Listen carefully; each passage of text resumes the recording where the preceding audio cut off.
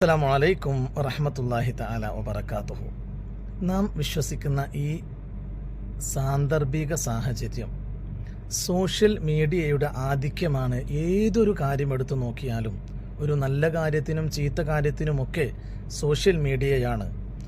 Social മീഡിയയിലൂടെ വരുന്ന പല കാര്യങ്ങളും, ഉദാഹരണമായി ഏതെങ്കിലും ഒരു നിരീശ്വരവാദിയുടെ ഒരു പ്രഭാഷണം അല്ലെങ്കിൽ ഒരു ലേഖനം, അത് വായിക്കുമ്പോൾ ഈമാനികമായ അല്പം കുറവുള്ള ആളുകൾ, ഇസ്ലാമിനെക്കുറിച്ച് ഗാഢമായി മനസ്സിലാക്കാത്ത ആളുകളുടെ മനസ്സിൽ എപ്പോഴെങ്കിലുമൊക്കെ പടച്ചവനെ ഇത് ശരിയാണല്ലോ, അവർ പറയുന്നത് ശരിയാണല്ലോ, ഇത് ഇങ്ങനെയൊക്കെ തന്നെയല്ലേ എന്ന ഒരു തോന്നൽ വരുന്നുണ്ടെങ്കിൽ തീർച്ചയായും നാം ഭയപ്പെടണം. കാരണം നമ്മുടെ ഈമാൻ നഷ്ടപ്പെട്ടു പോകുന്നതിലേക്കാണ് ആ ഒരു സാഹചര്യം നമ്മളെ എത്തിക്കുന്നത്.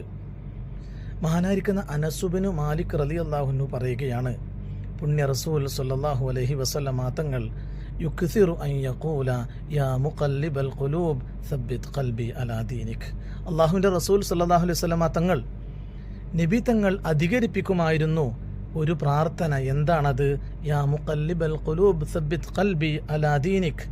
അല്ലാഹുവേ, ഹൃദയങ്ങളെ തിരിച്ചു കളയുന്ന റബ്ബേ, മാറ്റിമറിക്കുന്ന റബ്ബേ, എൻ്റെ ഹൃദയത്തെ നീ ദീനിൽ അടിയുറച്ച് നിർത്തണം. ആരാ പ്രാർത്ഥിക്കുന്നത്? പുണ്യ റസൂൽ.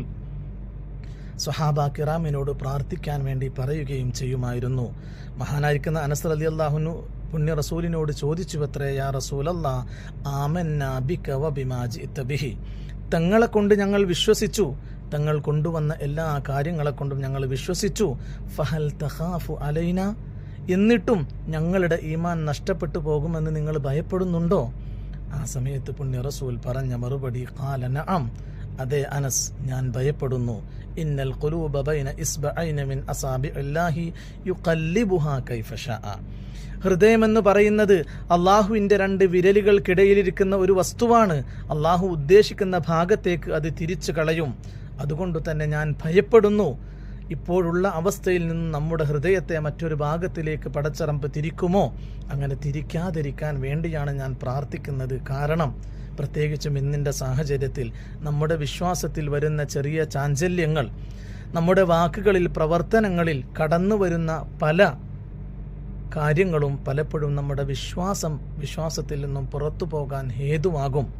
അതൊരു രാഷ്ട്രീയ പാർട്ടിയോട് യോജിക്കാനോ മതപരമായ സംഘടനയോട് ആധിപത്യം പുലർത്താനോ എന്തിനു വേണ്ടിയായിരുന്നാലും, നമ്മുടെ വ്യക്തിപരമായ നിലനിൽപ്പിന് വേണ്ടിയായിരുന്നാൽ പോലും പറയുന്ന വാക്കുകൾ നമ്മുടെ മനസ്സിലുള്ള വിശ്വാസങ്ങൾ, നമ്മുടെ യഥാർത്ഥ ഈമാനിനെ പോക്കറ്റടിക്കാൻ, നഷ്ടപ്പെടുത്താൻ ഹേതുവാകും എന്നതുകൊണ്ട് തന്നെ